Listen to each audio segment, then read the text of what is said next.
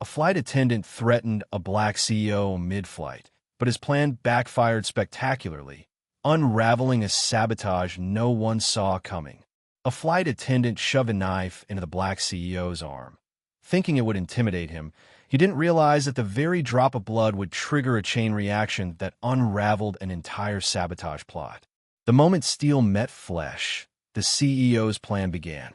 Subscribe if you believe arrogance collapses the second true strategy rises. The question came too suddenly. Do you have any medical conditions that make bleeding dangerous? Dr. Kalen Drace blinked. The voice had come from his left, low, polite, and delivered with a smile that didn't quite reach the eyes. He looked up from his laptop, where the merger figures flickered faintly, and met the gaze of the flight attendant standing beside him. Redden Voss. The man had introduced himself earlier with the expected professionalism, handing out towels and addressing passengers by seat number. But now, as Kalen registered the strange question, something shifted in the air, quietly, subtly. The hum of the cabin pressed in tighter, almost conspiratorial. Kalen narrowed his eyes slightly, adjusting his tailored blazer over the armrest. "Excuse me." "Ah, just protocol," Redden replied, brushing it off with a chuckle as he gestured vaguely to Kalen's arm. "Sometimes we ask ahead of time in case of turbulence. Pressure changes, circulation concerns. Just being thorough." Kalen said nothing for a beat too long. His mind, trained by years of executive risk management and a childhood raised by a military father, silently categorized the moment. Utphrasing. Vague justification. Too casual to be procedural, too specific to be harmless. "I'm in perfect health," he answered coolly, and went back to his screen. Redden smiled again, this time just with his lips, and turned away. Across the aisle, Idrin Melek shifted in his seat. Reclined just far enough to appear disinterested, he had been watching with lazy eyes beneath half-lowered lids. To anyone else, he seemed like just another mid-level businessman catching a nap. But Kalen had already noticed his habit of adjusting the same page of the safety pamphlet without ever flipping it. His gaze moved not randomly, but with purpose. When Redden walked away, Idrin's eyes lingered, following the attendant's steps up the aisle. Then, as if catching himself, he exhaled and resumed his phone nap, the pamphlet falling back across his lap. Kalen tapped the screen to black, sliding the laptop into his leather case. It wasn't just paranoia. Something felt off. The last week had been tense, 2 cyber breach attempts, 1 intercepted courier, and a known competitor probing about AeroVenus's sensor mapping algorithms. But all of that had been digital warfare. The physical space of a commercial airliner felt too public, too safe, until now. The cabin lights dimmed as the aircraft pulled back from the gate, and with that dimming came an eerie shift in mood. The fluorescent gleam that made every seat feel sterile now cast shadows between the rows. Sharp silhouettes crept up the walls and flickered over tray tables like quiet omens. A chime sounded. The pilot's voice rolled over the speaker, calm and routine, announcing the flight's expected duration to Norvan City. Around Kalen, passengers settled in, some pulling blankets, others adjusting headphones or flipping through in-flight magazines. To them, it was just another flight. But Kalen's senses, sharp as ever, detected the undercurrent building beneath the surface. He adjusted his wristwatch, not for the time, but to check the embedded signal tag in the inner clasp, a custom security measure that synced with his internal clearance protocol. Still stable. Still secure. For now. Redden passed by again, his footsteps soft, his gaze drifting momentarily to Kalen's elbow resting on the armrest. He didn't speak this time, didn't stop, but he lingered in just enough proximity to make Kalen feel watched. The same way one notices a shadow cast where no figure stands. From across the aisle, Idrin's eyes opened slightly again. Kalen turned his head to the window, staring out at the darkening tarmac, but his reflection stared back, faint and serious. Behind it, he could see Redden pause near the galley and glance sideways at Idrin. It wasn't a casual glance. It was confirmation, a nod, barely visible, exchanged between 2 strangers who were no strangers at all. Kalen's chest tightened, not in panic, but in realization. The game had already begun. He thought of the merger waiting in Norvan City. The prototype data encoded inside the case tucked between his legs. He thought of how valuable that data had become. But none of it mattered now if the trap unfolding midair was personal, biological. The strange question about bleeding. The fixation on his arm. The coordinated gaze. Someone didn't just want his files. They needed him compromised. And for reasons yet unclear, they needed his blood. Kalen's hand shifted slowly to the edge of his case, fingers curling around the reinforced handle. His father's voice echoed in his head from years ago during training drills in the garden back home. Don't wait for the strike to start moving. If you see the tension, it's already late. The plane began a taxi toward the runway, wheels bumping lightly over concrete seams. Inside, the rows grew still. Cabin crew disappeared behind curtains. Passengers exhaled, conversations fading into white noise and hums. And Kalen closed his laptop completely. Across the aisle, Idrin opened his eyes again. Redden stood at the bulkhead near the jump seat, seemingly idle, but his eyes flicked toward Kalen at that exact moment. And then toward Idrin. There was no mistaking it now. The nod was subtle, almost invisible, but it was there. And the journey towards Sabotage began with unseen hands setting the trap. And the first move was already made. The tray clinked softly in the galley as Redden Voss stepped out, his expression too tightly held together to be casual. His footsteps were light, controlled, but each one carried a practiced rhythm that made Kalen's instincts sharpen. The turbulence had passed, but the stillness it left behind felt staged, like a curtain drawn before an opening act. Kalen remained seated, a pen between his fingers, his open notebook resting on the tray in front of him. But his mind had stopped writing. Across the aisle, Idrin Melek turned the safety pamphlet in his hands with exaggerated boredom. But Kalen caught it. Every 5 seconds, Idrin's eyes lifted above the glossy print, just briefly scanning the row. Not the cabin, not the flight path, just Kalen. Redden approached again, holding a tray with water bottles and napkins, his face stretched into a smile that didn't touch his eyes. "Still feeling all right, sir?" he asked, offering the bottle toward Kalen. "No, thank you," Kalen replied politely, his voice even. His left hand rested loosely on his knee, but the fingers of his right hand curled inward, subtly pressing against the latch of his slim metal case tucked beneath the seat. Redden's smile didn't falter, but his posture changed. He leaned forward under the guise of checking Kalen's seatbelt, fingers hovering too long over the buckle, his head dropping just slightly toward Kalen's right arm. His voice lowered, barely more than a breath. "Some things only work once the skin opens." Kalen's entire body stilled. The words hit him like a sudden altitude drop, disorienting and sharp. His breath caught, not from fear but calculation. He turned his head slightly, but before he could speak, Redden straightened again, patting the side of the seat with practiced smoothness. "Make sure that stays fastened, sir. Just in case we hit another bump," Redden said loudly, glancing toward another passenger with a courteous nod. Kalen gave a faint nod, not trusting himself to speak just yet. He wasn't sure if he'd misheard the earlier sentence. Maybe he was overthinking. But his father hadn't raised him to dismiss instinct. He scribbled another line in his notebook, something about sensor security layers, but his hand paused halfway through. The words blurred. That single sentence replayed in his mind like a line from an intercepted code. "Only work once the skin opens." Was it a metaphor? A slip of some hidden agenda? From the corner of his eye, Idrin shifted again. This time, when his jacket slid open slightly, Kalen glimpsed the edge of tactical bandage kit tucked into an inner holster. Civilian passengers didn't carry that, not unless they expected injury. Kalen leaned back slowly, mentally rehearsing.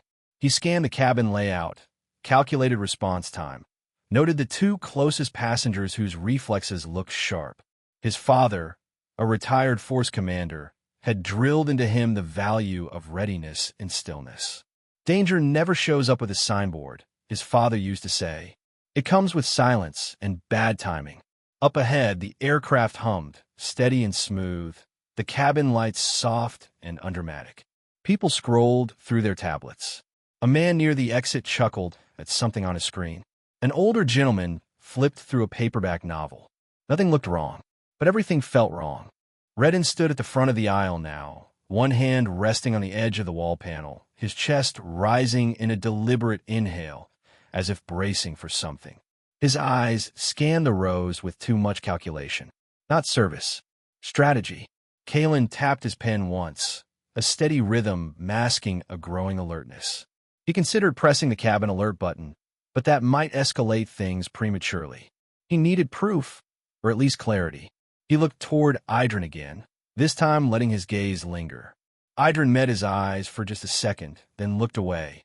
But Kalen had seen it. That wasn't surprise. It was anticipation. Redden stepped back down the aisle, and Kalen's pulse ticked upward. His hands moved calmly to adjust his jacket sleeve. But it wasn't nerves, it was placement. He subtly shifted the case closer to his foot, out of direct view. He didn't know the play yet, but the board had pieces moving. And none of the other passengers had any idea they were sitting in a trap already sprung. Kalen's eyes narrowed, and his mind drew invisible lines between the expressions, the items, the choreography, the comment about his skin, the medical kit, the way Redden's hand hovered near the forearm. Something was coming, something designed, something timed, and as Redden approached again, the weight of every detail pressed into Kalen's chest, not as fear, but as the confirmation of a pattern. This wasn't turbulence. This was arrangement. The calm wasn't peace. It was cover, and the calm was only a disguise. Redden appeared without warning, tray in hand, his steps quiet but deliberate as he moved down the aisle with the air of routine. The cloth covering the tray seemed harmless, but Kalen's instincts pulled him taut. Something in the way Redden's knuckles gripped the edge, the twitch of his eyes as he glanced at seat markers. It wasn't service. It was alignment. Kalen shifted slightly in his seat, angling his briefcase further away from the aisle, just enough to shield it without drawing attention. The quiet hum of the engines masked the deeper tension building between the rows. Redden stopped at row 11. His voice was barely a whisper as he crouched, leaning in under the guise of checking seat belts. "You should have never come on this flight," he said, his tone flat and final. Kalen blinked, startled, but before he could move, pain tore through his left arm like a searing wire. A concealed blade had pierced just below his elbow, sharp and fast. The cloth on the tray had been a ruse. What it concealed had already found its mark. Kalen sucked in a breath, his mind fragmenting between shock and calculation. The pain jolted his senses, but the instinct to act cut deeper. He slammed his free hand onto the wound, locking Redden's wrist to stop any further movement. The blade twisted slightly as Redden tried to pull away, but Kalen's grip was brutal, controlled. The struggle lasted seconds, but within that space, Kalen saw Redden do something worse than stab him. With practiced precision, the flight attendant pressed a patch of absorbent fabric to the bleeding cut, soaking up his blood with clinical focus. It wasn't violence, it was collection. A jolt of horror surged through Kalen, more potent than pain. He realized Redden wasn't here to kill him. This was an extraction. His blood was the objective. Redden's expression was unreadable as he withdrew, taking the crimson-soaked cloth with him. The blade already vanished again. Kalen, pulse hammering, twisted in his seat, pushing Redden off balance with a shoulder. The tray clattered to the floor. Then a second shock rippled through the cabin. Idrin Melek, the quiet man who'd been seated across the aisle pretending to nap, lunged forward. For a fleeting instant, everyone expected him to protect Kalen. But his direction told another story. He didn't go for Kalen.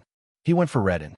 The two collided with force, Idrin tackling the flight attendant to the ground, his movements sharp and efficient. His arms coiled around Redden's torso, pinning him with practiced force, as if this was not the first time he'd subdued someone on an aircraft. Passengers screamed, some rising from their seats, others frozen in disbelief. A child cried in the background. Someone yelled for help. The pilot's voice barked over the intercom, calling for restraint protocols. The narrow cabin became a crucible of noise and confusion. Kalen, Gritting his teeth, clutched his bleeding arm. His breath was shallow, but his thoughts had begun to crystallize. The earlier questions, the way Redden had lingered near him, the cryptic inquiry about medical conditions that made bleeding dangerous. It all converged now. The incident wasn't spontaneous, it had been scripted, and Kalen was the ink.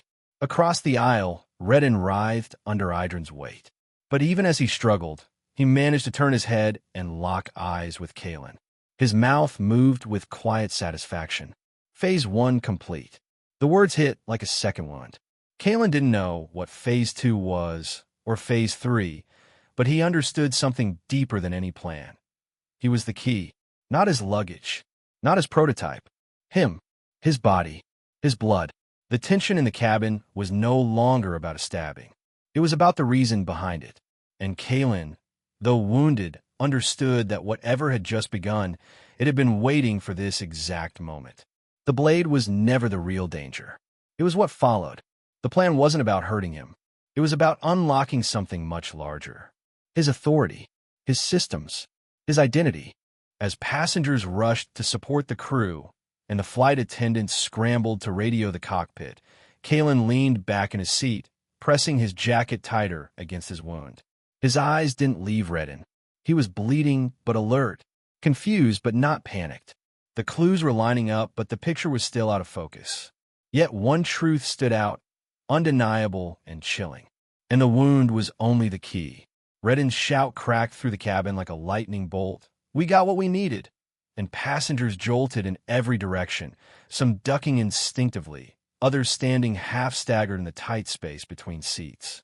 Kalen clutched his jacket tighter against the bleeding wound on his arm, trying to slow the dizziness that clawed at his senses. Blood seeped through his cuff, warm against the cool fabric, but his mind stayed sharp. He had to remain calm. He had to see clearly. Around him, chaos unfolded with jagged urgency.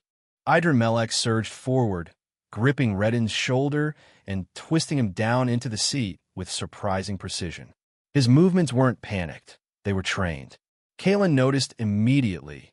This wasn't some panicked passenger rising to defend the cabin. Idrin's actions were too exact, too controlled. And then came the sentence that changed everything. "You are not supposed to start yet." Idrin hissed low, his voice almost lost under the swell of frightened murmurs.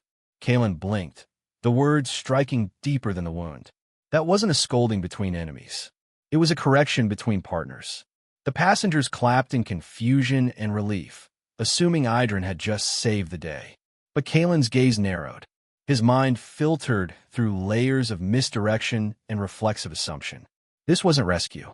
It was containment. Redden and Idrin weren't strangers. They were coordinated.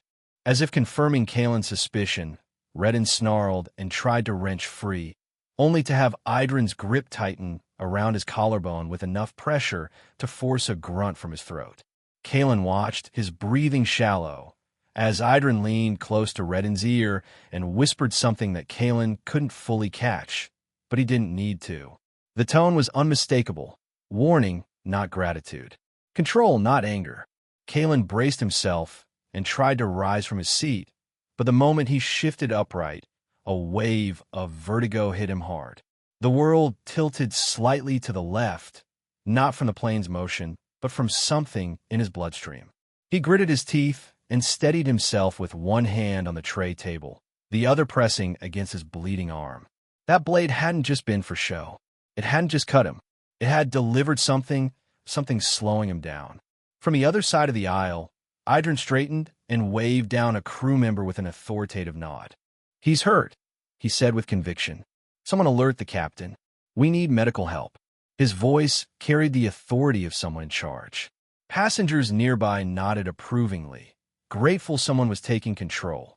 The flight attendant obeyed, rushing toward the cockpit with a stammered confirmation. Kalen's pulse pounded in his ears.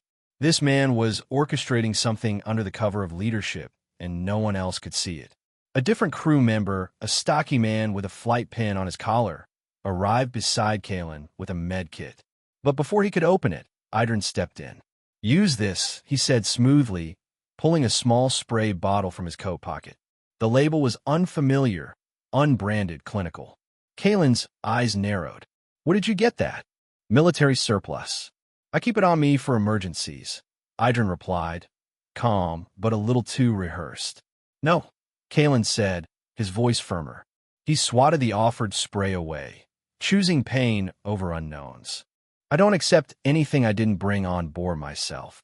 Idrin's jaw flexed ever so slightly, and he retracted the spray with a forced smile, slipping it back in his coat with one fluid motion.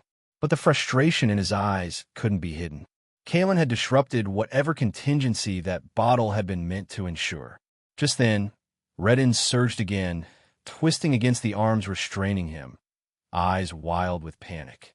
They already traced the signal, he bellowed, voice cracking. The words sliced through Kalen like a second blade. Signal? What signal? A dark clarity began to settle over him.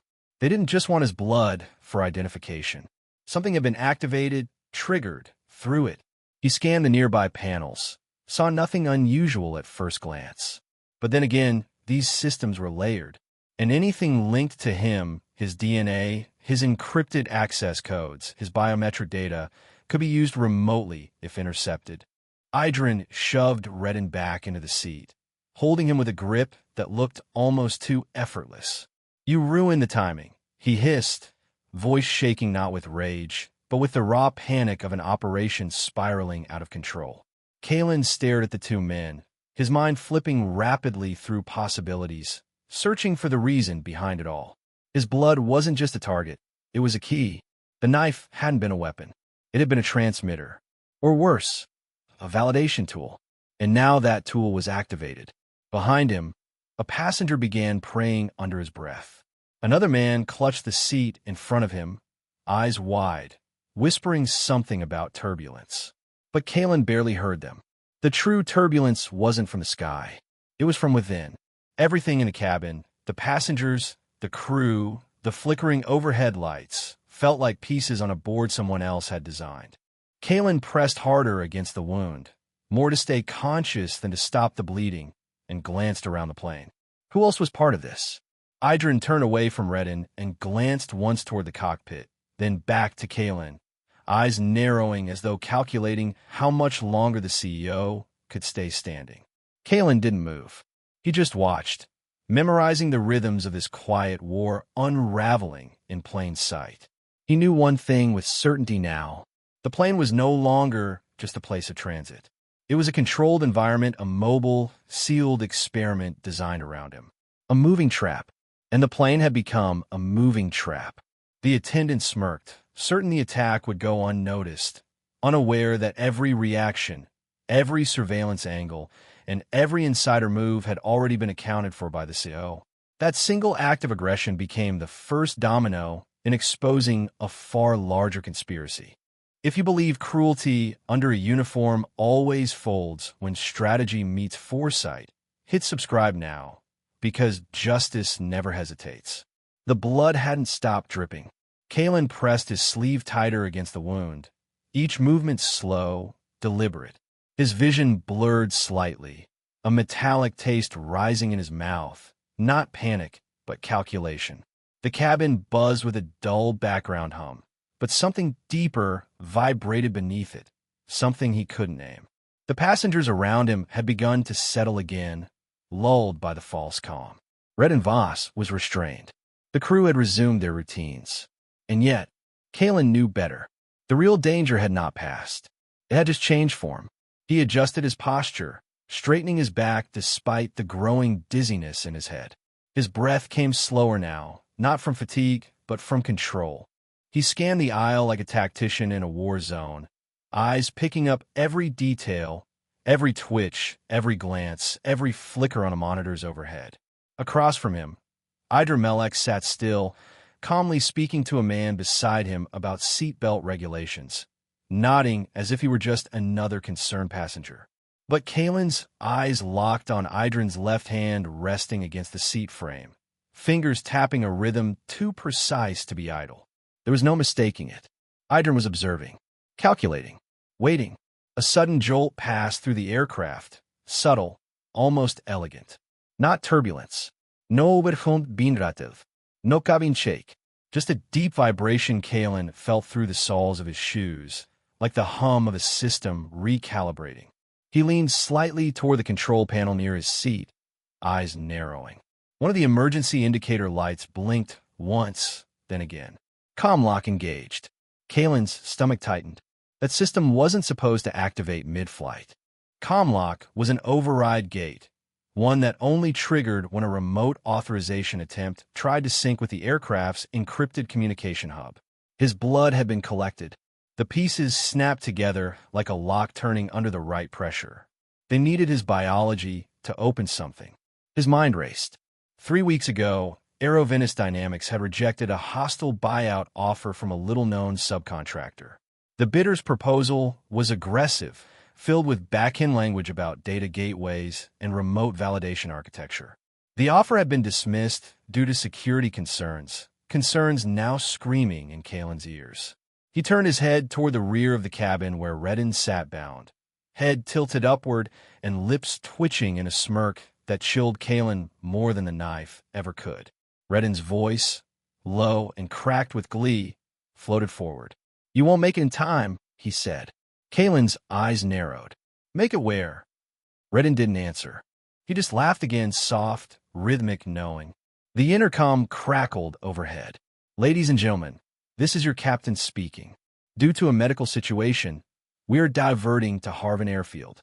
Estimated arrival in 34 minutes. Idrin's head lifted at the announcement.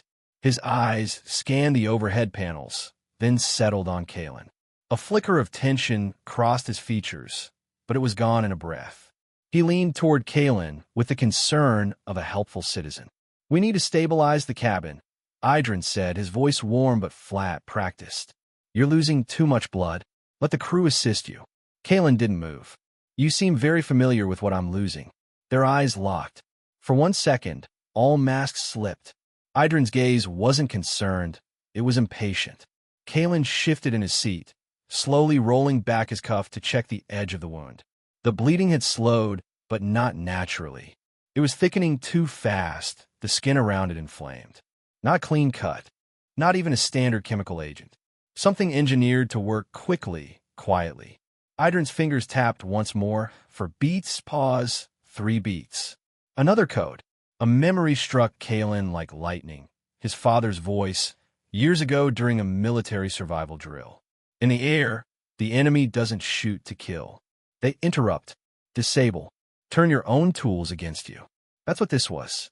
Not an assassination, a validation. Kalen reached slowly for the armrest, steadying himself. The dizziness was spreading, not just from blood loss, but from whatever that knife had carried into his system. He thought of Aerovenus's core product, the sensor mapping vault that could only be activated by a DNA-linked signature. His signature. The external signal wasn't trying to reroute the plane. It was trying to open a door. Kalen's pulse quickened. The flickering comm-lock light meant someone, somewhere, had initiated an external request. A secure link needed biometric verification. The flight, the timing, the wound, all carefully orchestrated. The attack wasn't contained to the cabin. It was reaching beyond it. "Sir," a crew member touched his shoulder gently. "We've contacted emergency services for your arrival. Please try not to move too much." "Well, don't touch me," Kalen said calmly but firmly. "Get the captain. Now." The crew member blinked, startled, but nodded and moved away. Redden's laugh rose again, soft but echoing with something darker. Kalen glanced toward him. The man met his eyes and whispered, "Phase 2's already in motion." Kalen exhaled slowly, a bead of sweat rolling down his temple. The plane had become a theater, but the performance was happening in the clouds, in the signals, in the hidden systems that no passenger could see. The trap had never been about blades or bruises. It was about identity, access, control. Kalen clutched the armrest tighter, the pattern of his pulse aligning with the rising fear he refused to show. The threat wasn't the blood leaking from his arm. It was the data embedded within it, streaming somewhere across the sky. He looked out the window, the clouds passing innocently by. Somewhere beyond them, someone waited for confirmation. Someone who believed they had already won. But they didn't know Kalen had written the system. And he had written it with flaws designed to protect against exactly this. His jaw tightened. The real war had just begun, and the real attack had already left the plane. Redden had barely taken 3 steps toward the rear galley, his arms pinned behind his back by 2 flight attendants, when Melek suddenly rose from his seat. He didn't hesitate, didn't ask. He simply stepped into the narrow aisle with the smooth reflex of someone used to command. His hand came up as if to assist, but his body shifted subtly, blocking the path just enough to stall the movement. "Let me help secure him," Idrin said, his voice calm, almost helpful. But Kalen's eyes narrowed. There was nothing random about the way Idrin moved. It was too precise, too efficient. And now, too late, Kalen understood. Idrin wasn't stopping Redden. He was managing him. The narrow overhead lights dimmed slightly, not enough to cause alarm among the passengers, but enough for Kalen to feel the shift. Then came a brief flicker across the cabin screens. Nothing more than a white static flash, gone in under a second. The sound system gave a quiet, metallic hiccup, like a throat clearing from inside the walls. A few passengers glanced up, puzzled, then went back to their quiet conversations and earbuds. But Kalen knew better. That wasn't a glitch. That was a probe. His breath slowed as he pieced it together. Someone was attempting remote access. It couldn't happen without biometric verification, and Redden had it. A drop of his blood, swiped and hidden, was now the key in the wrong hands. Redden, still restrained, grinned despite the pressure on his arms. "They only need a drop," he muttered. Kalen's heart thudded once, heavy and deep. That sentence wasn't just gloating, it was confirmation. Confirmation that Redden and Idrin were not the architects of this plan. They were collectors, tools in a far bigger machine. Kalen tried to rise, ignoring the warm sting pulsing down his forearm. But the dizziness flared again, sharper this time, like a needle dragging glass through his bloodstream. He leaned against the headrest in front of him, blinking to steady his vision. He couldn't falter. Not now. Idrin leaned in close to Redden, speaking so low only Kalen could hear. "You shouldn't have forced our hand." It wasn't a scolding. It was disappointment. They were on the same team, and the timing was off. Kalen's mind began working faster than his body could respond. He couldn't show distress. If he collapsed, he lost leverage. Every breath now had to be tactical. A metallic crackle came through the cabin intercom. Then silence. Then a distorted tone, flat, low, unnerving.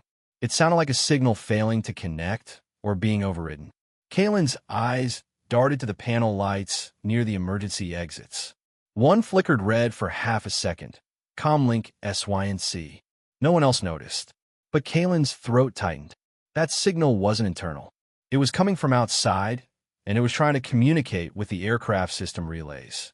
That was only possible if someone had unlocked the identity gate. A gate that Kalen himself helped design. A gate that only recognized 3 living genetic keys. His blood had just become one of them. His mind raced. The attack wasn't personal. It was a theft. A hijack, not of people, but of systems. Of control. He clutched his arm. That wasn't just a knife wound. It was a delivery system. The tracer. The dizziness. The fire in his veins. All of it confirmed that something was riding inside his blood, something meant to validate identity remotely. Kalen moved, shakily but with purpose, down the aisle. He passed rows of passengers who looked at him with concern, but no understanding. The world inside that cabin had divided into 2. Those who saw chaos, and those who knew what it meant. He reached the screen embedded above row 14. It had reset. Instead of their destination, Norvan City, it now showed a new route plotted midair, the flight path slightly altered, banking them westward. The captain hadn't made any announcement. No course correction had been mentioned. Kalen whispered under his breath, "A hijack without entering the cockpit." Redden laughed again, low and quiet.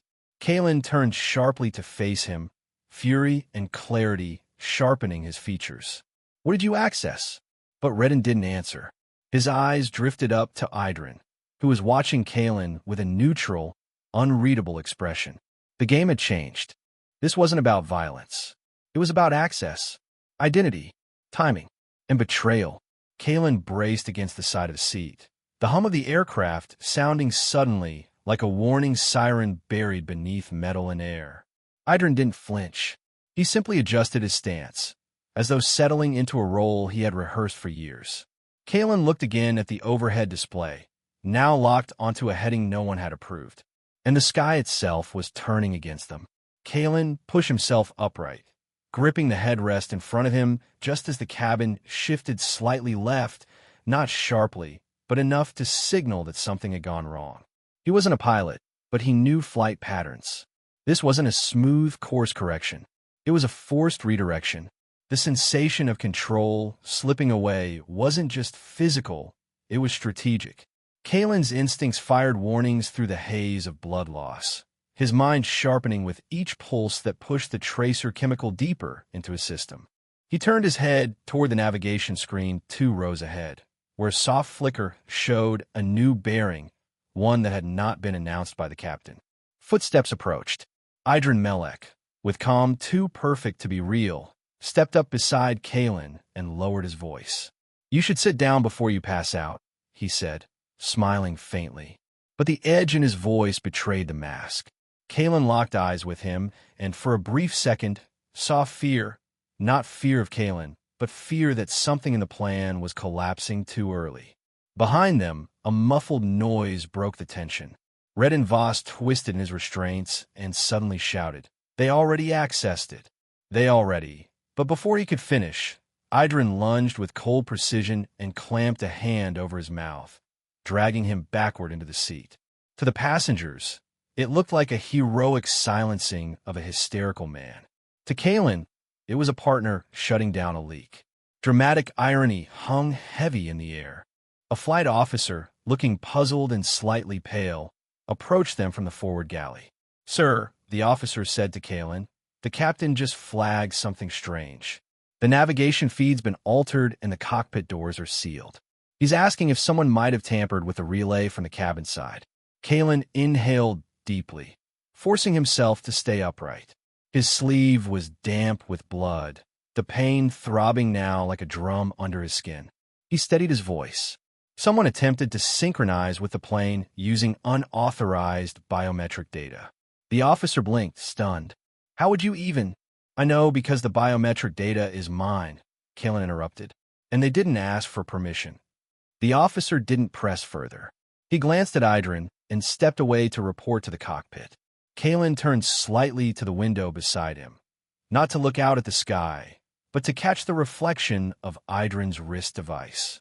A soft red arc blinked on its tiny display, repeating in a pattern Kalen recognized from his own system protocols. A red arc in that configuration meant only one thing: access confirmed. His breath caught for half a second. They had succeeded at least partially. But what exactly had they opened? As if responding to the thought, the cabin lights dimmed. The seatback screens, previously stuck on safety instructions, all blacked out simultaneously. Gasps spread like wildfire among the passengers. Then the screens flickered back on, not with entertainment menus, but with a static digital map, coarse in resolution but unmistakable in intent. A single red dot blinked on the far right side of the map, miles off their current flight path. Coordinates were labeled only with alphanumeric gibberish. Kalen's blood chilled. From behind, Redden shouted again, his voice cracking through the commotion. "That's the transfer point." Kalen's head snapped toward him, his mind assembling the pieces faster than the words could catch up. They weren't hijacking the plane. They were hijacking his authority. Everything made sense now. The knife, the blood collection, the attempt to keep him conscious. His encrypted cloud vault, the one tied to Aerovenus Dynamics core authorization systems, required biological confirmation. And it had just been used to open something he had sworn never to activate in transit. "Officer," Kalen said sharply, catching the returning man's attention, "lock down all cabin relay panels now. They're trying to piggyback off the aircraft's node as a transfer tunnel." The officer reached for his comm, but Idrin was already moving. With the grace of someone trained to bypass obstacles, Idrin lunged toward the nearest relay access panel along the port side bulkhead. His fingers flicked open the cover in one motion. Kalen rose instinctively, but dizziness punched him hard in the gut. Still, he staggered forward. Idrin tapped a button on the internal control mesh, then twisted a small, embedded pin. The cabin plunged into emergency red lighting. A collective cry swept across the plane. Families grabbed for children. Passengers fumbled for phones that had no signal. Crew members moved swiftly, trying to calm the chaos, but the visual panic was complete. Kalen steadied himself, one hand pressed to the wall, the other gripping a nearby seat. Idrin turned to him, face washed in crimson light, sweat now visible on his brow. For the first time, Kalen saw not only urgency, but uncertainty. They had gained access, but they hadn't secured control. The floor trembled faintly beneath their feet, not from turbulence, but from a shift in energy. Somewhere, a signal had been rerouted. Kalen didn't know how long he had before the transfer finished, or what exact data was at risk. But he knew one thing clearly. This was no longer a simple in-flight crisis. This was the opening act of a cyber-biometric war, and it had begun with his blood. And the shadows finally showed their purpose. Idrin lunged first. The metal-serving cart screeched across the narrow aisle as he slammed it with his shoulder, barreling it toward the communication panel mounted near the emergency manual override. The red lights pulsed across the ceiling in rhythmic warning bursts, casting blood-colored shadows across passengers' stunned faces. Gasps filled the air, followed by a chorus of yells, panic rippling like fire through dry brush. But Kalen didn't flinch. Despite the blood loss dulling his limbs and the tracer's toxin threading confusion through his nerves, Kalen Drace stepped forward, one foot bracing, arm thrust out with sudden force. The cart struck his forearm instead of the panel, momentum redirected. It veered sideways with a crash, thudding into the road divider. Idrin stumbled forward from the rebound, caught off balance, and Kalen seized the opportunity. He shoved Idrin hard in the chest, driving him to the floor of the aisle. The passengers scattered in both directions, some ducking behind seats, others frozen in place, unsure who the true threat was anymore. Two men leapt from their seats nearby, rushing toward the scene. "We've got him," one shouted, grabbing Idrin's shoulder while the other clamped down on his arm. Kalen didn't stop them, didn't explain that these weren't just two criminals disrupting a flight. Let them believe that. Simpler that way. The more chaos the saboteurs faced, the fewer steps they could complete. Behind them, at the opposite end of the cabin, Redden was already moving. Like a viper, he slipped from his seat and charged toward the rear emergency hatch. His shoulder dipped as he sprinted, pushing through a narrow gap between rows. Kalen turned sharply. His voice came out hoarse but loud. "Stop him, rear hatch." A uniformed officer, already bruised from the earlier scuffle, launched into motion, giving chase. But the plane jolted again, no turbulence this time. It was a subtle pitch correction, like something mechanical had seized momentary control. Kalen's fingers tightened around a headrest to stay upright. The red ceiling lights flickered once, then stabilized. In that instant, the realization clicked. In the air, control isn't stolen, it's transferred. His father's voice, once gruff with military certainty, echoed in his mind like a buried warning finally surfacing. Kalen's eyes widened. The truth hit like a blow to the gut. This wasn't about bringing down the plane. It wasn't about killing him. It was about disabling him, just enough while the aircraft remained in the air. Because airborne systems, like Aerovenus's encrypted server cloud, could only be accessed from approved elevations and trajectories, using a time-sensitive handshake. His blood was the handshake. His injury, the tracer, the delay, it all made sense now. They didn't want him dead. They wanted him breathing, just long enough to steal what lived in his DNA. Idrin struggled against the two men, twisting violently. One of them lost his grip, and Idrin's hand snapped upward. He grabbed Kalen's wrist, fingers digging directly into the bandaged wound with brutal intent. Kalen winced. His knees buckled slightly under the sharp flare of pain. Idrin squeezed, trying to force circulation, accelerate the tracer spread. The blood in Kalen's veins burned with artificial heat as if trying to warn him that every second counted. But Kalen had fought through worse. His breath steadied, muscles tensing with sudden clarity. He twisted his wrist, reversed the grip, and slammed Idrin's forearm against the bulkhead. Idrin grunted, eyes flaring. Kalen pressed harder, pinning him with more force than anyone expected from a man in his condition. His voice dropped to a whisper only Idrin could hear. "You're done." The officer finally tackled Redden near the rear galley, slamming him against the floor. Redden thrashed like a hooked animal, but the officer kept pressure on his shoulders, locking his arms behind his back. Even restrained, Redden tilted his head and laughed. A dry, broken sound. Then he hissed through his bloodied lip, voice high with triumph. "Too late. Phase 2 is already active." Every man in earshot froze. Kalen's gaze shot toward the main cabin screens. They flickered, flashed to black, then reloaded, not with a safety display or flight information, but with a stark, unfamiliar interface. A map appeared in electric blue, marked with a single blinking coordinate far off the expected path. No laves. No airport code. Just a location. A destination. Not chosen by the cockpit. Not visible to the control tower. Something embedded, encrypted. A transfer point. Kalen stared at it, pulse pounding. Behind him, Idrin stopped struggling. There was no need anymore. The system was moving. The authentication, the connection, the tracer, they had all done their job. The aircraft was no longer theirs, and the destination no longer belonged to them. The cabin fell into silence, taut and humming with redirected engine thrust like a wire strung too tight.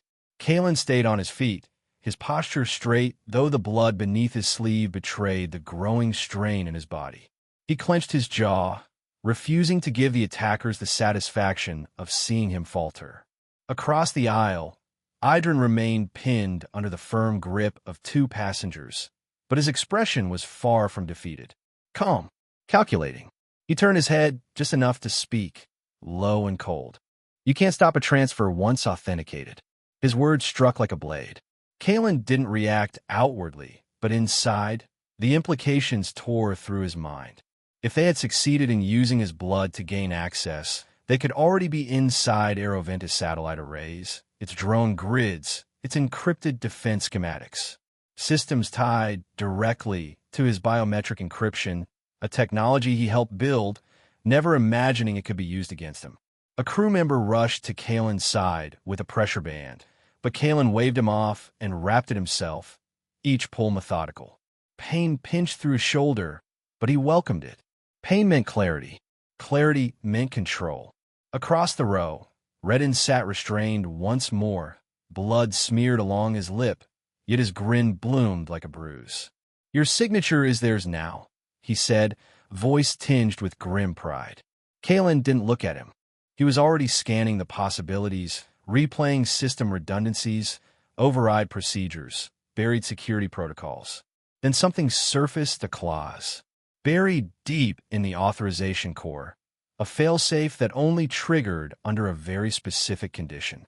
If the biometric pattern being read began to deteriorate, drop below a set threshold, the system initiated a self-sealing deadlock.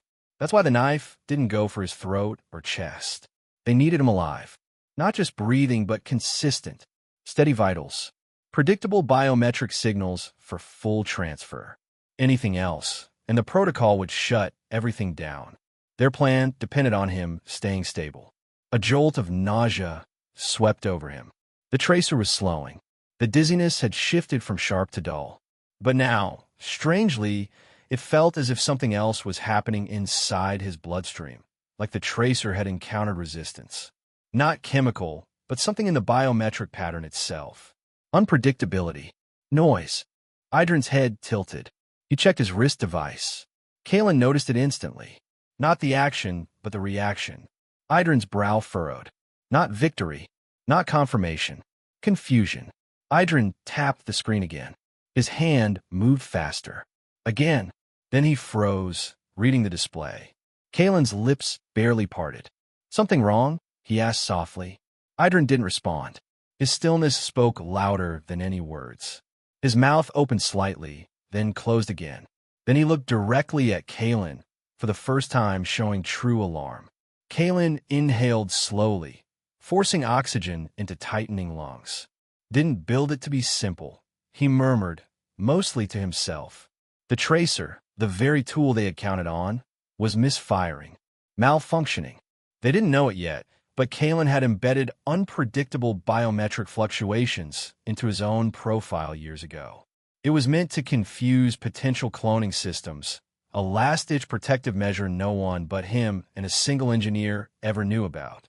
Those irregularities were now sabotaging the authentication from within.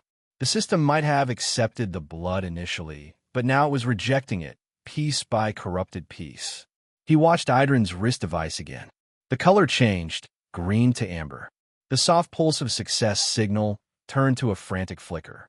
Idrin cursed under his breath and leaned back into the seat, finally understanding. "You triggered something you didn't map," Kalen said quietly. Idrin met his eyes, the calm now replaced with the fear of an operative who realizes he's failed the kind of people who don't tolerate failure. Kalen tightened the bandage, ignoring the ache, ignoring the pounding behind his temples. The passengers remained confused, whispering among themselves. They thought it was over when the knife was dropped and the crew took control. But the true war was invisible, encrypted, digital, and it was unfolding through a system tied to his very DNA. And he could feel it. The network they'd hijacked wasn't accepting the data anymore. Kalen pressed his palm flat against the window, his breath fogging the glass. Somewhere, miles below, a server farm or a secure vault was rejecting the transfer, denying access, closing doors they thought had already swung open. That faint smile tugged again at his lips, not from arrogance, but from resolve. He turned back toward Idrin, still watching his device pulse erratically. "You built a key," Kalen said, "but you never saw the lock." And a flaw in their plan had just awakened. Idrin's wrist device blinked amber, one pulse, then another, each flashed faster than the last. Kalen saw it instantly, a small beacon of panic hidden beneath Idrin's composure. Until now, the device had glowed a confident green, confirming that the remote transfer was in progress. But now the signal had turned volatile. Kalen narrowed his eyes. Something was wrong with their plan. He didn't need to speak. The tightening of Idrin's jaw and the sudden stiffness in his shoulders said everything. This wasn't supposed to happen. "You're losing control," Kalen muttered under his breath, his voice raw but deliberate, his back still pressed against the curved cabin wall. Idrin twisted in place, struggling against the hold Kalen had on his jacket. "The system shouldn't be rejecting live blood data," he snapped, eyes flaring with the edge of disbelief. His voice was louder than intended, drawing a few glances from passengers nearby, though most remained too distracted by the earlier chaos to interpret the rising stakes. Kalen's pulse thudded behind his ears, not just from blood loss, but from the clarity slicing through the fog of dizziness. They'd made a mistake, a critical one. His authorization key, his biological encryption, had always been unstable by design. Years ago, when Aeroventus developed its flagship security protocol, he embedded within it a safeguard, irregular biometric intervals that rotated in unpredictable patterns. He did it so even he couldn't be predictable. Now the tracer swimming in his blood was pumping corrupted verification codes straight into the attacker's network, and they didn't realize it. Kalen looked to the cabin screen ahead. It glitched momentarily, fizzing with static before snapping back to flight mode. No more hijack coordinates. No more encrypted rerouting. Just the standard navigation screen blinking their diversion path toward Harvin Airfield. He let out a slow breath. Redin, bound tightly by an officer farther down the aisle, strained to lift his head. "Coordinates, check the sequence again," he barked, his voice hoarse. "It's still viable." "No," Kalen said coldly, turning his head to meet the man's gaze. "It's falling apart." Redin sneered. "You don't know how deep this goes, but I know you underestimated the key." The cabin was a maze of half-dimmed lights and tension. Crew members moved back and forth, calming frightened passengers, replacing drinks that had spilled during the earlier altercations, restoring order. But that order was a mask. The real war raged beneath every polite smile, behind every flicker of the control panels above their heads. Kalen steadied himself on the overhead bin, then suddenly leaned against the wall and pressed the wounded arm tighter against his ribs. The pain exploded down his side, but he welcomed it.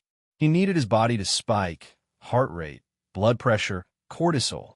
If the tracer in his bloodstream was relying on consistent biometric patterns to maintain its verification stream, then disrupting those vitals could sever the connection. "Come on," he hissed to himself through clenched teeth. His pulse surged. Sweat gathered at his temple, sliding down the edge of his jaw. Idrin caught on too late. "What are you doing?" he asked, lunging forward. Kalen didn't answer. He gritted through the pain, keeping the pressure on the wound, and felt the flush rise through his chest. The biological turbulence was working. Idrin's wrist device suddenly emitted a high-pitched error tone. Amber blinked again, then red. No. Idrin fumbled with the dial, trying to override it. "We were inside. We had it." "You had nothing," Kalen replied, voice gravelly now. "You tried to steal something you didn't understand." The cabin screens glitched again. The strange coordinates from before, the encrypted landing point, vanished. They were replaced with the standard Aero Ventus interface, followed by the captain's original diversion notice. Idrin froze. Redden stopped struggling. The sabotage route had collapsed. Passengers gasped quietly, seeing the shift, though most still believed it was routine correction. A comm pilot. A technical error. None knew the magnitude of what had just been reversed. Kalen locked eyes with Idrin. The man looked smaller now. Defeated, yes, but more than that, confused. He had entered this operation with supreme confidence. But that confidence had never accounted for a man like Kalen Drace, someone who had embedded his own flaws into the system on purpose. "You lost your window," Kalen said, pushing off the wall and standing upright despite the dizziness still scraping at his vision. Idrin backed up against the row, finally understanding that they had triggered their own failure. And Kalen, bleeding and shaking but standing, knew one thing with certainty, and the system they stole was turning against them. Idrin lunged. The motion was sudden, fierce, and sharper than anything the passengers expected from a man restrained minutes ago. But it wasn't toward the emergency exit or even toward freedom. His eyes, wild with urgency, were locked on the blood patch, a thin strip of cloth now held loosely by one of the flight attendants, the same strip stained with Kalen Drace's blood. That patch wasn't just evidence. It was a key, a ticking risk, and Idrin needed it destroyed before the wrong eyes could trace where it was meant to unlock. Kalen saw it unfold before anyone else. Despite the weakness in his legs and the pulsing ache still radiating from the bandaged wound on his arm, he threw himself between Idrin and the attendant. His uninjured arm shot out like a barrier, catching Idrin across the chest. The impact wasn't enough to knock Idrin back, but it bought a moment, and that moment mattered. The aisle exploded into chaos. A pair of passengers shouted in confusion. Others scrambled back into their seats.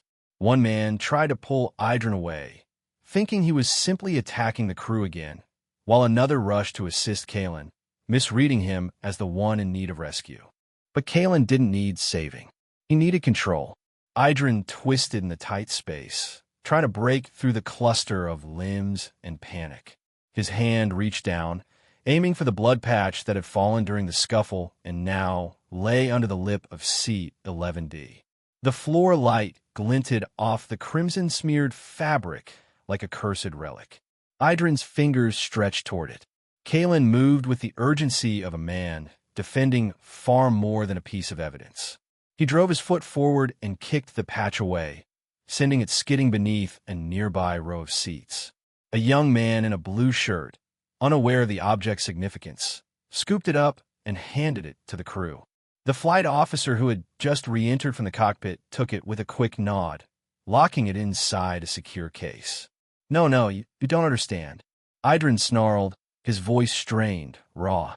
You don't understand what they'll do if this fails. Kalen met his gaze squarely, breathing hard. Then it deserves to fail. There was no defiance in Idrin's eyes now, only dread. A dread that reached beyond personal failure. This wasn't about a lost operation anymore. It was about consequences far more dangerous than the sabotage itself. And that realization began to pull the curtain back on something darker. As two more men helped restrain Idrin, pressing his arms behind his back and forcing him into a seated position against the bulkhead, Kalen crouched low, steadying himself on the armrest of a nearby seat. He could feel the blood slowing beneath his bandage. The tracer, whatever it was, seemed to be reaching the end of its cycle. But something deeper kept his pulse alert. Redden, still restrained near the back of the aircraft, watched the scene unfold with narrowed eyes. His lip was split. Dried blood darkened the corner of his mouth. But his expression wasn't one of defeat. It was calculation. Waiting. Kalen turned to the flight officer beside him. Secure the patch. Immediately. That's not just evidence, it's access. The officer, young but sharp-eyed, nodded firmly and walked toward the front of the plane, the sealed case tucked tightly under his arm. Then came the pause. The plane had stopped shuddering. No more strange flickers of lights. No navigation en Amedis. No cabin glitches. Just silence. Yet in that silence, Kalen's mind screamed through possibilities. How deep did this run? Who else was involved? And what exactly had they tried to unlock with his blood? Then it hit him like a file opening in his memory without permission. Voltric node systems. He hadn't heard the name in months. It had come across his desk in the form of a proposal, one that promised rapid biometric access solutions for cloud-based aerospace control systems. The project had been elegant, tempting even, but something about it had felt off. The language was too careful, the data logs too perfect, and the listed personnel too anonymous. Kalen had rejected it without second thought. But now he saw clearly. Idrin and Redin weren't from a rival company. They were Voltric, or at least operatives buried within its core. And the proposal hadn't just been rejected, it had been remembered, tracked, retaliated against. Kalen's breath slowed, but his heartbeat did not. If this sabotage was about his system, if this entire flight had been orchestrated just to gain access to that data, then the attack wasn't meant to end with a blood patch. It was meant to trigger a chain of events far beyond what any of the passengers could see. A loud clatter drew Kalen's eyes back up. Idrin had twisted again, this time trying to crush the case the officer had taken forward, but too late. It was already gone. Do you know what you've done? Idrin hissed through clenched teeth, barely restrained now, sweat running down his temple. You think this is about your company? Kalen narrowed his eyes, stepping forward. It's about more than my company. It's about control. And someone just lost theirs. The other man laughed bitterly, shaking his head. You think we're the ones behind this? We're pawns. You don't know what they'll do now. For the first time, Kalen saw it. The flicker of fear, not from a man who had failed, but from a man who understood the price of failure under the wrong employer. Then the cabin door at the front cracked open. It didn't swing wide, just a few inches. Enough for the captain's voice to cut through the cabin with precise clarity. Drace, he said, firm but calm. I need you in the cockpit. Now. Kalen turned slowly, exhaling through his nose as the weight of everything shifted forward again. The passengers around him remained frozen in silent confusion, caught between relief and uncertainty. He took one last look at Idrin, now slumped against the wall, his breath shallow and resigned.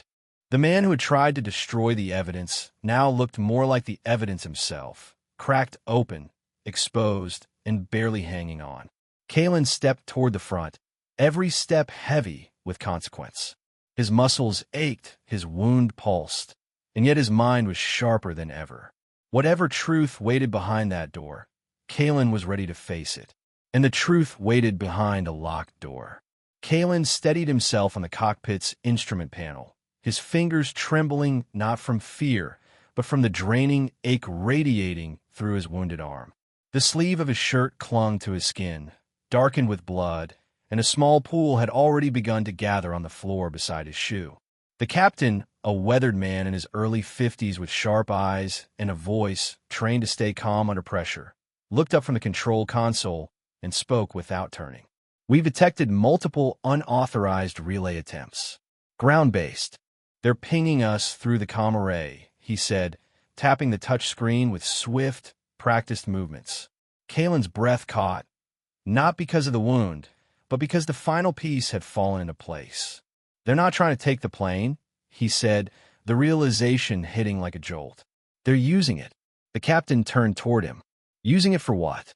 "A moving authentication node," Kalen answered, wiping a trail of sweat from his brow. "Mid-air, we're harder to track. Perfect blind spot. They needed my live biometric data to push a transfer through." The co-pilot, younger with tense eyes and one hand gripping the yoke, despite autopilot being engaged, glanced over. Some of the signals weren't just from outside. "We're seeing internal spikes, too." Kalen turned, his eyes scanning the blinking indicators, then settled on the printed relay log the captain had pulled up. The timestamp was precise. 14 hours, 32 minutes, and 9 seconds. His eyes narrowed. That was the exact second Idrin had grabbed his wrist in the aisle. He remembered the moment. His pulse had surged, the tracer had burned slightly, and Idrin's grip had lingered just long enough to feel wrong. He nodded slowly. That was it. That's when they triggered it. The captain stared at him, then offered the printed log. Kalen took it, scanning the lines of transmission codes, then pointed. This tracer signature. It's embedded with Valtryk Node Systems' key structure. That's your culprit." The name drew no recognition from the flight crew, but Kalen didn't expect it to. Valtryk operated from the shadows, not the headlines. "We need to land," the captain said, urgency creeping into his voice. "You're bleeding badly, and security needs to handle those too." "No," Kalen said firmly, locking eyes with him. "Not yet. If we land now, we risk them salvaging partial data. The system is in active transfer mode. But the moment the sequence fails enough times, the authorization collapses entirely." The co-pilot hesitated. "How long?" Kalen's lips thinned as he mentally reviewed the safeguards built into Aerovenice protocols. 3 more minutes. Maybe 4. Then the whole transfer purges itself. The captain paced for a second, jaw clenched. "We'll hold altitude," he muttered. "Circling pattern, keeping us in the blind spot." Kalen nodded with relief, though his legs wobbled slightly under the strain. He leaned back against the cockpit wall for a second, his eyes catching a fresh drop of blood hitting the metal panel near his foot. "That's what I am to them now," he thought. "A token, not a person." He exhaled slowly, the air thick with recycled tension, and turned to leave the cockpit. As he stepped back into the cabin, the red emergency lighting cast strange shadows across the faces of the seated passengers. Some glanced up, visibly calmed by the sight of him standing, an illusion of control. But the truth clung to him like the blood on his sleeve. They had come for his biology, not his body. Down the aisle, Idrin sat strapped in by 2 officers, but his posture was no longer defiant. His face was frozen in grim concentration, his gaze locked on the blinking screen of a wrist device barely hidden under his cuff. Kalen spotted it instantly. The icon pulsing on the display, a red warning ring growing brighter. Redden, seated just behind Idrin, gave a half-laugh, voice hoarse. "Won't help him now," he muttered, loud enough to carry to Kalen. "You stalled it too long." Kalen ignored him and walked past. As he reached the halfway point of the aisle, a piercing tone erupted from Idrin's device. A cluster of digital shrieks, rapid and shrill, caused several passengers to flinch. Idrin looked down in horror. His lips moved, but no sound came out. The device vibrated violently for 3 seconds, then stopped. The screen went black. His shoulders sagged, and for the first time, Kalen saw real fear in his eyes. Not fear of being caught. Fear of failure. Kalen didn't speak. He didn't need to. He just kept walking, his breath slow, his wound aching, and the pulse in his neck finally beginning to slow. Behind him, the cockpit door clicked shut again, and overhead, the cabin lights flickered once before returning to full power. The crimson haze faded, and the navigation display on the main screen reset to its original course toward Harvin Airfield. Kalen let his head fall slightly back, staring at the ceiling as the hum of the engines steadied into calm again. The pain remained, but so did the clarity.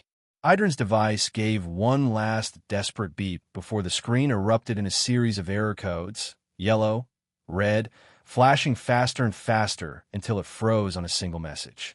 Transfer failure. Trace aborted. Kalen didn't smile, didn't speak, but in his mind, one thought crystallized with perfect weight. And the countdown to collapse had begun. The wheels struck the tarmac with a jolt, bouncing once before the aircraft locked firmly onto the runway at Harvin Airfield. Inside the cabin, the passengers erupted into nervous applause, unaware that the applause was mistimed, that the true danger had only just begun to bleed away. Idrin Melek sat hunched and cuffed near the forward galley, sweat cutting lines across his temple. His eyes didn't flicker with regret or rage. Instead, they stared hollowly at the seat back in front of him, as if already seeing what punishment lay beyond the airport. Redden Voss, restrained further down, wore a frozen grin, lips split from the scuffle, his laughter now replaced with tight, shallow breaths. Their mission had failed, and they both knew the cost for failure in their world would be worse than anything awaiting on the ground. Kalen Drace leaned back in his seat, pale, blood still seeping beneath the pressure band circling his arm.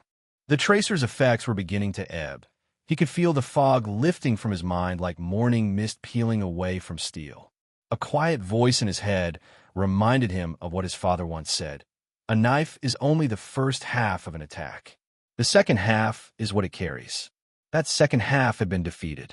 2 security officers boarded immediately upon landing, stepping into the aisle with calm urgency. "Drace," one of them called out, scanning the crowd. Kalen raised a hand weakly. "Here. Medical team's waiting," the officer replied, motioning to the door. "We've secured the suspects." As they passed, Kalen locked eyes with Idrin, who didn't blink. "It wasn't about you," Idrin muttered as he was led away. "You were just the right equation." Kalen said nothing. He understood now. It was never personal. It was precision. Cold, corporate precision masked as violence. Outside, the night air was sharp with fuel and floodlights. The aircraft door had barely opened before the medical crew approached. One man guided Kalen down the stair ramp, supporting him gently. "We're taking you to a secured triage tent," he said. "They'll want to analyze the tracer residue. The wound's shallow, but the biochemical reaction might linger." Inside the tent, Kalen sat still as a young medic cut away his bloodied sleeve. "Minimal tissue damage," the doctor said, glancing over to another man analyzing the tracer compound under a portable scope. "You're lucky," he added. "This could have been designed for breakdown, not just tagging." Kalen didn't answer. His mind was elsewhere on the implications, on how close they had come. The door flap opened with a gust, and a federal investigator in a slate-gray suit stepped in, holding a tablet. "Dr. Drace," he greeted briskly. "I'm Agent Vurin. We've recovered your blood patch from the plane. You'll be glad to know it's intact. Forensics will begin analysis immediately." He paused, watching Kalen's expression. "We also retrieved data from Idrin's wrist device. Cross-referencing the tracer's signal, we found traces of a covert access node that attempted to mimic executive biometric keys across multiple encrypted sectors. The attacker network was built off a rejected proposal from 6 months ago, a company called Voltric Node Systems. Kalen's eyes narrowed. They pitched a remote-off handshake module. I declined, said it lacked ethical safeguards. Vurin nodded grimly. "Seems they built it anyway. Off the record. And turned your blood into their password." Kalen looked away for a moment, watching the shadows stretch along the floor. They didn't just want access. They wanted control. "Appelle-moi Bagdo." "And you stopped them," Vurin said, setting a small sealed container on the table beside Kalen's stretcher. Inside was the blood patch, dried, sealed in evidence plastic. "This will be entered into the record." Kalen stared at it. There was his vulnerability crystallized. A scrap of cloth soaked in blood. A key someone tried to steal, a weakness someone tried to weaponize. But now, it would also be the artifact that undid them. "I'll cooperate fully," Kalen said, voice steady. "Dismantling this network matters more than any single system I designed." Vurin gave a small nod. We'll contact you once the deeper investigation begins. For now, rest. You've earned it. Later that morning, Venus Dynamics released a formal statement to the press. In it, they detailed the attempted breach, condemned Voltric node systems, and introduced a sweeping protocol overhaul. At its center stood a new industry-wide biometric reform, bearing the name of its near victim, the Dre Safeguard. As Kalen left the airfield, the early sun crested behind the mountains, casting long shadows that slowly withdrew from the runway. He glanced once more at the blood patch in the sealed case beside him.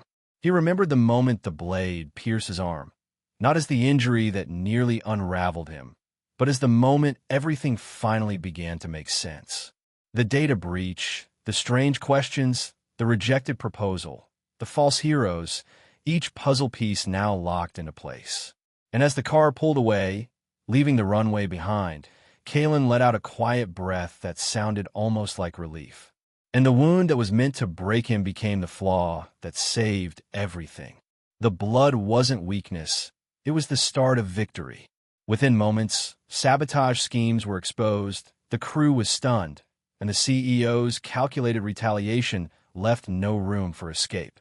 If you believe real authority strikes with precision, intelligence, and unstoppable momentum, subscribe now, because justice always lands first. Disclaimer: the story you just watched is fictional. It explores deception, abuse of power, and the consequences of underestimating someone prepared to defend themselves. Its purpose is to raise awareness, inspire critical thinking, and highlight the importance of accountability, integrity, and standing up against wrongdoing.